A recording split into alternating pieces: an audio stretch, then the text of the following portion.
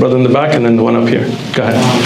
My question is, the person becomes a Muslim, can he or she just say, I want to believe in the Quran and dismissing the Hadith? Great question. If somebody becomes a Muslim, can they say, I just want to believe in the Quran and not the Hadith? They cannot, because that's an oxymoron. I mean, that's something that doesn't work. Because if you believe in the Quran, then the Quran tells you, Ati'u Allah wa Ati'u Rasul. Yani believe and follow Allah and the Prophet. Right? So today, how would you obey Allah? The Quran, the words of Allah. How would you obey the Prophet? ﷺ? That's a Sunnah, that's recorded in Hadith. Right? The Quran tells you about what was revealed from Allah, the Quran, the Kitab, and Hikmah. What is the Hikmah? That wisdom from the Sunnah that the Prophet ﷺ taught. And for 14 and a half centuries, ijma'an, by the consensus of the Muslim Ummah, the Quran and Hadith has to be followed. Right? All those companions that compiled the Quran, preserved it, they're all the same companions that compiled and preserved the Sunnah as well, in the form of Hadith. So anybody that, whether born Muslim or becomes Muslim, if you follow the Quran, you have to follow the Hadith. That's the part of following the Quran. Alright, brother in the front. So we're all pretty much aware of the narrative that Western media has pushed onto Muslims and Islam in general, that Islam oppresses women. Can you talk about the rights that women have in Islam that's directly said otherwise? You know, that's a great question, the rights of women in Islam. And that's always a strange question, because Islam doesn't really break it up like that, right? We have rights of people, right? I mean, meaning the obligations that a Muslim man has, a woman has. I mean, in general, the rights are all the same, right? If you look at, for example, the right to education, right? Muslim women, we've had great Muslim female scholars in the past and today and so on. Right to worship your Creator freely and so on. Those are all given to everybody. In Islam, we do have gender roles. Everybody has their own roles in life, right? And we respect what Allah has ordained and we follow those. But the Western idea is a very strange idea today, right? Which is that you take away many of the natural roles of a gender, and then you try to make it oppressive being without it. Meaning that, let's say for example, if a mother wants to nurse her child and she wants to take time off today, even though we have maternity leave and all of that, but from a work perspective, many people see it negatively. Like, oh, they won't say it. I know, I work in the med device industry, we see it all the time. Oh, she's out. But that's a very core concept of humanity. The bond between a mother and the child is not something that can be put on hold, right? This is something that has to be there. So in Islam, for example, a woman has a right to work. But if she chooses, then her husband has the responsibility to make sure she's financially stable so she can take care of her children if she chooses. If she chooses to work, she has that right, right?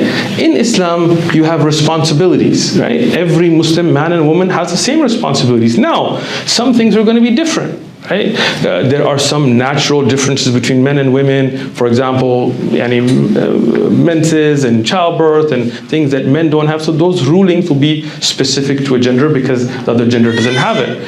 But when it comes to prayer and fasting, in general, all of that's going to be the same.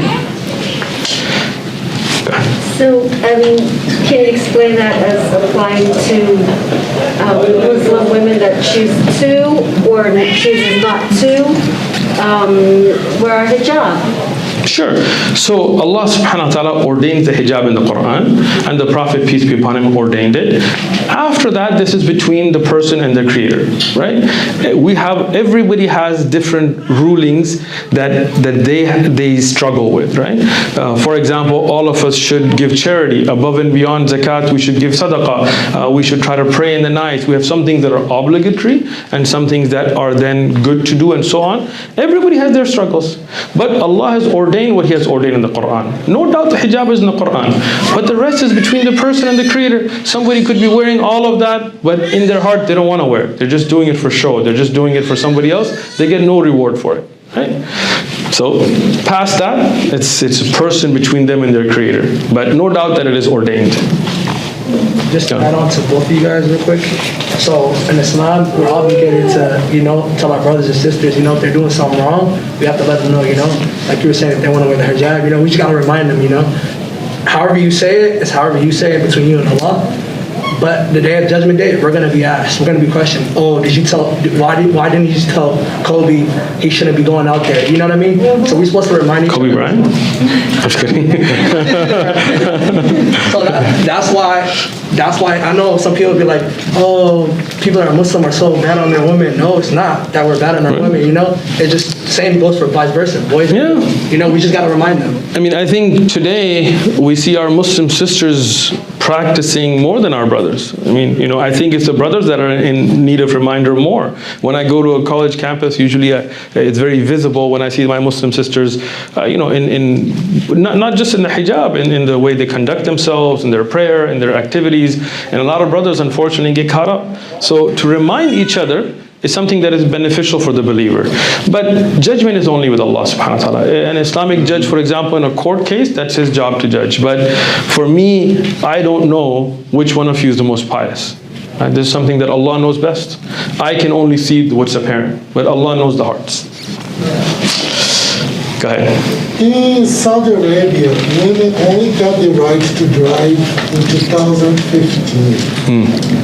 Before that was a ban. Gotcha. If the gender equality is there, why the justification for women to have the right to drive until 2015? Great question. Why is it that women in Saudi Arabia could not drive till 2015? I have no idea, because not being able to drive is not something that we find in Islamic tradition across the globe. Meaning, if you look at the Muslim world, Saudi Arabia is what, about 30 million people, right? The Muslims are, what I just read today was 1.9 billion. With a B, right? So 30 million is a very small representation amongst 1.9 billion. If you look at majority Muslim countries where have the biggest populations like Indonesia and so on, we don't see an issue with women driving, right? Whatever reasoning they may have had, but the wives of the Prophet, peace and blessings be upon him, they rode horses, they rode camels, they traveled, they you know, what would be the equivalent of driving at that time. So we don't see this as a ruling across the board, right? So why they were not able to drive at that time, you can read the works of their legal opinions and so on. But again, you will not find that in any other country from the Muslim countries. Go ahead.